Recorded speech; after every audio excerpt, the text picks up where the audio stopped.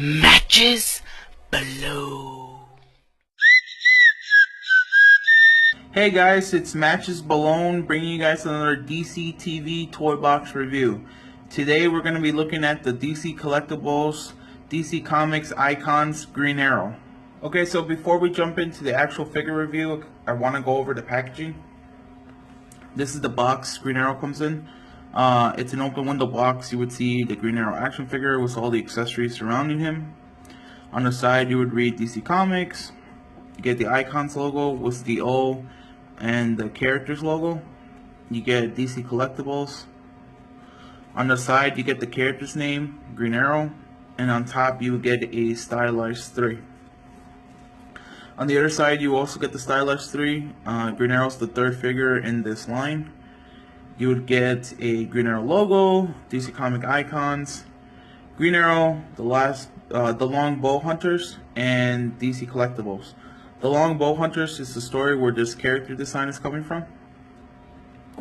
On the back you get an image of all of Wave 1 with a close-up images of the figures. DC Comics, Icons. We also get a sculptor and a designer, and DC Comics. So yeah, that's pretty much all for the packaging. Before we get into the figure review, I do have a little complaint, a little, I guess, unfortunate mishap for me. I was trying to play with the toy, see what I could do with him, trying to have him in different poses, where unfortunately one of his arrows broke on me. So it's not too bad. It is this double arrow. If you guys can't notice the break, it just goes to show how very little it is. But basically I was trying to have the figure grab onto this double arrow where it kind of snapped on me. Kind of see right there, there's the there's the broken part. So like I said, it's not too bad. I'll probably just be keeping this in his quiver, and hide it from everybody. But it is an unfortunate mishap. All of the figures so far only come with this little booklet inside of their box. And it's just pretty much, the action figures and their accessories and where they go. So there's nothing really telling me how he's supposed to grab onto the bow, how he's supposed to grab onto the arrows. So I'm definitely disappointed in that aspect, but overall, let's just get into the figure review. So the figure itself is really cool. He's really awesome. He comes with a total of 7 different accessories. I do want to just take a close-up look to this pose I have. He does have the ability to somewhat show that he's an archer. So I'm gonna remove this stuff and get on with the review itself. So yeah, his first accessory right here is obviously his bow. I want to point out that this is really nice. I like that it's not a solid, just a solid plastic piece. They did try to add a little bit of color. They painted a different, a darker brown for the grip. So I definitely like that. He also has this piece extending out. I believe that's to kind of rest the arrow, but I'm not 100% sure on that. I thought maybe it was some type of pipe hole that it would attach to his body to kind of hide everything, but I didn't find anything. So this is a real string. It's not some soft plastic or anything. You can see right there that clearly it does work like a bow and you can extend it out. I would say that what I think was excessive force, you could probably rip this, so as a caution, be careful on that. But that should be far enough to kind of show that he is going to launch an arrow. So definitely like the bow. I think that's really cool. So yeah, like I was mentioning earlier, he does have arrows. They come in 2 different sets. I want to go over just the detail on this first. I think they did a really top notch on these arrows. I know little stuff like that, it's very easy to them to kind of skimp and just paint it all brown, but they did give us a total of 3 colors, and they even gave us some sculpting details. If you look at the tip of the arrow right there, you can kind of see there they did sculpt a little design in it. So I definitely like that. And also, like I said, this is a silver on the tip with the shaft being brown. And then he has these green feathers where again you can kind of see some of the feather line sculpted in. So definitely like that. Definitely think it's cool. He does have this cut right here at the end of the arrow. I think it's to have the string slide in between it, but I didn't think it worked too well because then Oliver would have to hold, the arrow like this instead of this. So I didn't think it worked too well. But yeah, overall I still think it was great. The other type of arrow right here is the double-sided arrow. Not double-sided, just double arrow. And it's basically just 2 arrows attached. I did like that they kind of designed the arrow tips to have one on top of the other. I think that's a really nice design choice, and again, it's small details like that they kind of make this this figure and this toy line really great. This is all one solid plastic piece. You can definitely tell right there that there's where they attached it. But yeah, I do want to say be careful with these because unfortunately this is the only one that's not broken. They give you 2 double arrows and 2 single arrows. This is the one that's not broken for me, and I'm not gonna try to have him grip it anymore because I don't want to break this one. But yeah, just a word of caution. If you guys are gonna do it, be careful. But yeah, the last accessories he has are extra hands. The extra hands, he already has them gripped on. They're already open hands. His left hand is sculpted to hold the bow, and then his right hand is sculpted to hold the arrows. You can kind of see right there that there is a gap between his index finger, his middle finger, and his ring finger, and so I figured in between all those spaces, that's where you're supposed to put the double arrow, but that's where it broke. I could put the single arrow in between his index and his middle finger, and it seems to kind of grab onto the figure pretty nicely. But yeah, these are the extra hands that he comes with. The standard hands that these toy line has are close-fisted. You can kind of see right here. So he does have a total of 4 hands and 2 interchangeable, obviously.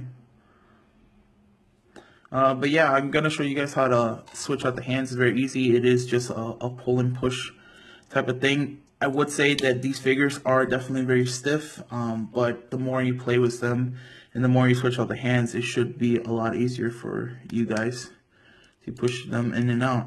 And those kind of notches, you kind of just, to give you that sound of like it's all the way in. But yeah, for the rest of the toy figure review, I'm gonna keep the close-fisted hands. There's no point in having the open ones. But yeah, this figure is really great. The articulation is awesome. There are some hindrance to his mobility, and it's because of his clothes. But I'll show you that in a little bit. But yeah, let's start with his head. So something that's really interesting is that his hood is a separate piece. It's not a part of his jacket sculpting and nothing like that.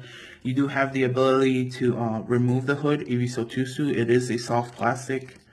It does, you can see right there, it does want to just go back and take, the form it was molded in. And you can kind of see here, if you do move the hood, some of the plastic is starting to lift. So that is a little bit of a misfortune. I definitely don't blame them. I think that's a great design choice to kind of give us this separate piece for the hood. I think it just works a little bit better. One of the hindrances is that the head is supposed to rotate all the way around, so you could see left and right, but you could still try to move it, but the hood itself wants to stay in that one place, so it will look a little weird. So yeah, that's one of the hindrances when it comes to this figure. Another articulation point right here are his arms. There are no, it doesn't seem to have any type of hindrance. This quiver right here, it is a solid plastic piece, and it doesn't seem to be removable from his back. Seems to be attached there. but it doesn't seem to hinder the movement of his arm. The arm goes forward and back, and you can kind of see right there where you think it would make a hindrance, but I think there's enough space that you could still rotate the arm all the way around. So that's definitely a positive. I do want to point out that the arm itself is able to move. Sorry, this is a very stiff figure. It is able to move to where you can kind of grab onto arrows, to kind of make another pose. I think that's definitely great. But yeah, going back to the articulation, the arm does have a swivel right here. He has a double jointed elbow.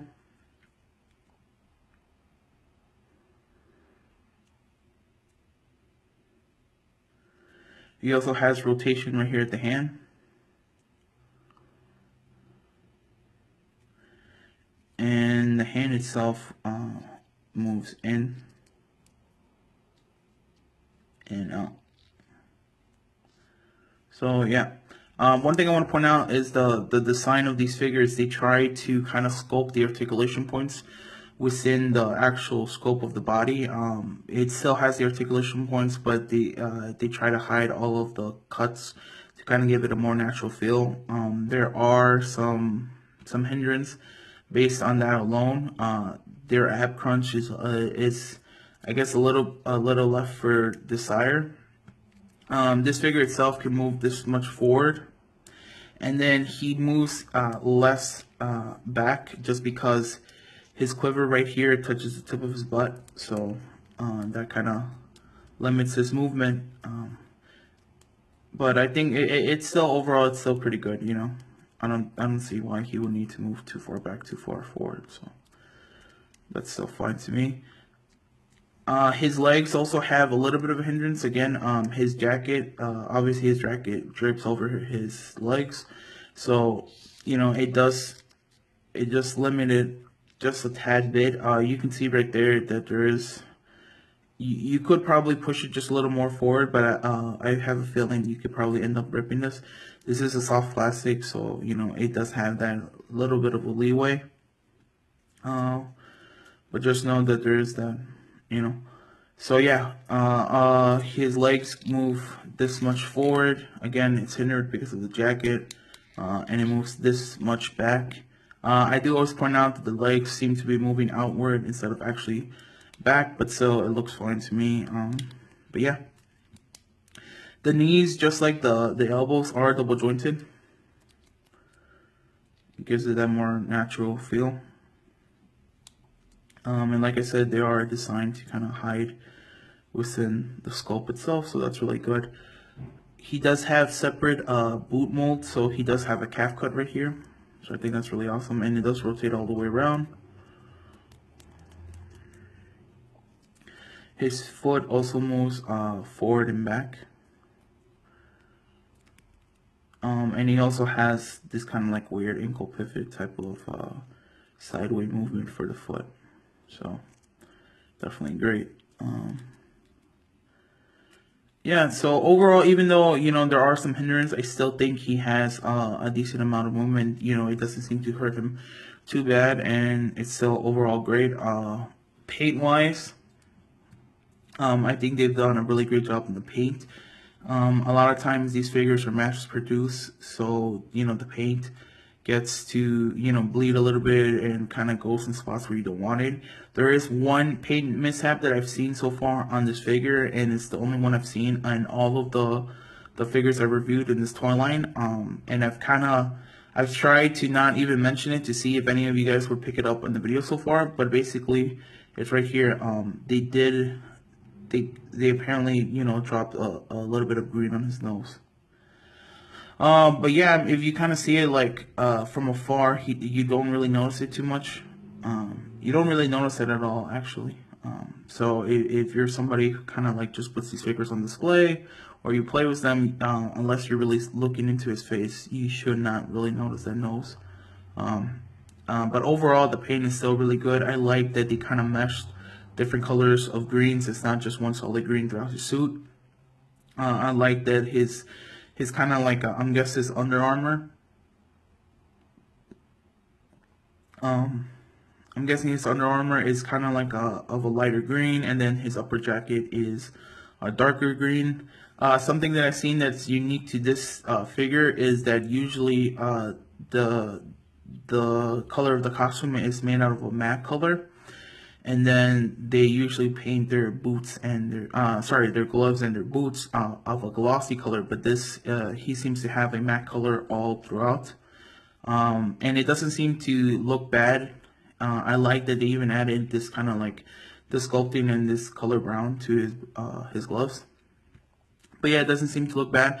I definitely like that there are also a lot of nice sculpting touches you can kind of see, because it does look like this is cloth, right? This is some type of clothing material. You can kind of see the clothes bulging up here. They sculpted that. They sculpted, you know, the wrinkles that, you know, just normally using your clothes, right? Everybody gets them. So you can kind of see, again, the wrinkles right here across his torso. They sculpted that like line on his jacket.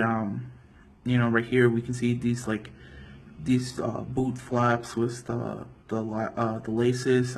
I just think sculpting and paint wise has been top notch. They even like add, you know, again, those like ridges around the ridges around the hood itself. I think just small touches like that. What I want to point out is that even though this is still a hard plastic to quiver, the strap that it's attached to, they gave us a very soft plastic material. And again, I think that just adds another level of realism. It's definitely nice. They went ahead and sculpted the strap itself and his regular belt, as well as painted. And I like that they did paint the belt buckle gold, and they sculpted the G for Green Arrow. So I definitely like that. You know, like I always say throughout all these reviews, it's the small touches that really make this action figure just look great. Just overall awesome. But yeah, I definitely recommend this action figure to Green Arrow fans. I recommend it to DC Comics fans. I recommend it to just action figure collectors in general. Something I always try to point out is that, you know, it doesn't take a lot to have these figures stand up. You can see right there, you know, there's not a lot of fidgeting with the toys, and I think that's a really great plus when it comes to action figures. To give you guys a little bit of a comparison, I do have the DC Comics Icons Deadman figure, and I have the DC Comics Icons Batman. So all three are from the same wave, the same toy line. And I just want to show you guys that if you guys invest in this toy line, you're definitely gonna have them all look like they belong with one another. They definitely look good, and they look in scale. Green Arrow seems to look like the same height as Batman, but his hood, since it goes over his head, it looks like a little taller. I want to say it's just a bit taller than the tip of Batman's ears. But Deadman still looks like he's the tallest. His natural head just seems to be above Green Arrow and Batman, just a tad bit. But yeah. But like I said, overall, I definitely recommend this figure. It's definitely great. I would like to ask you guys to please comment down below with any type of criticism, any suggestions you guys have to improve these videos. I would greatly appreciate that. I definitely want to dedicate this channel to toy reviews, and just want to overall improve the videos I can to bring you guys. So yeah, like always, comment down below, like the video if you like it, dislike if you didn't, and subscribe, and look forward to more videos. Thanks and goodbye.